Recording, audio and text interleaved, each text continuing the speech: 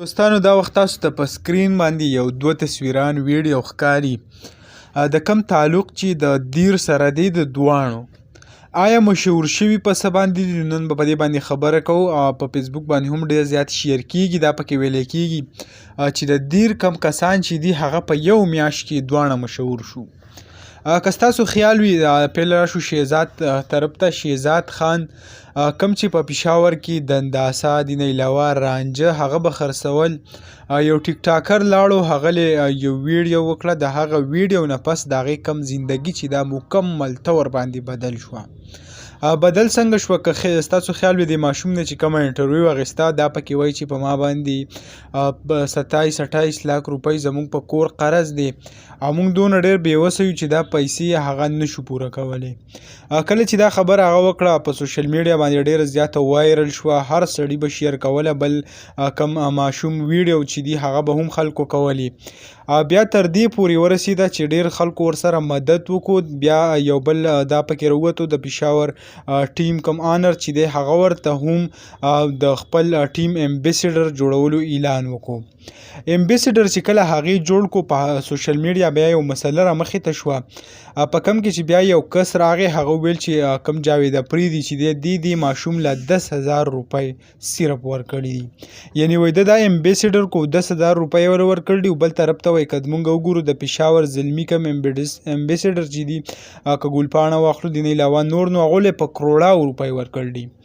خو به هر حال بیا دا ماشوم تر اوسه پورې نه خو د جاوید افریدي سره ملاقات وشو نه تر اوسه پورې دا چېرته جاوید افریدي میچ دپاره بوتلو چې هلته میچ وګوري هغه هم ونه شوه خیر دغه سیټ ټکو خو کم مشهورتیا چې وه د دې هغه هم وشو داسې تر دې پورې ویلی کېږي چې د 14-15 لاک روپۍ د سره امداد هم شوی دی راځو بل سایډ طرف ته ډېر افسوسناک طرف ته مشهورتیا یې خو وسیله کړه خو داسې مشهور شو یعنی که موږ وګورو انسان په دوه طریقو سره مشهور کیږي یا خو به ډېر په ذلت سره مشهور کیږي او یا به ډېر یو داسې ښه کار وکړي هغې سره مشهور کیږي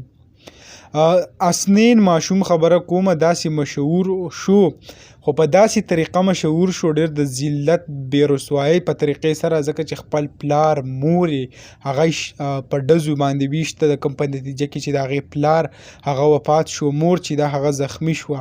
نو په داسې طریقه باندې هغه مشهور شو په سوشل میډیا باندې خلک تشبیه د دواړو ورکوي چې آیا د دیر خلک هغه په یو ځای باندې مشهور شو په یو میاشت کې نو خبره چې کم ده هغه ډېره زیاته غلطه ده یو طرف ته د شهزاد سره تشبیه ورکوي چې شهزاد او دا مشهور شو یعنی اسنین ته موږ مشهورتیا به نه وایو ډېر زیات غلط کار یې کړی دی خپل مور باندې ډزې کړلي په خپل پلار باندې ډزې کړلي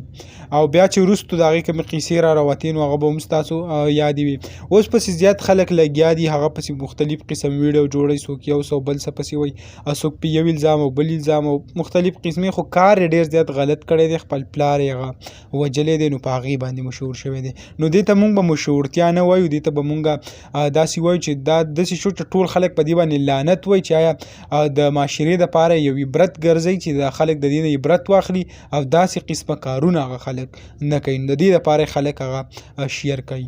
نو دغه ویډیو و دغه معلوماتو تاسو سره شریک کول امید لرم ویډیو به هم خوښه شوي که ویډیو هم خوښه شوي ویډیو لایک کړئ او که زموږ په چینل نوي چینل سبسکرایب کړئ د داسې نورو ویډیوګانو دپاره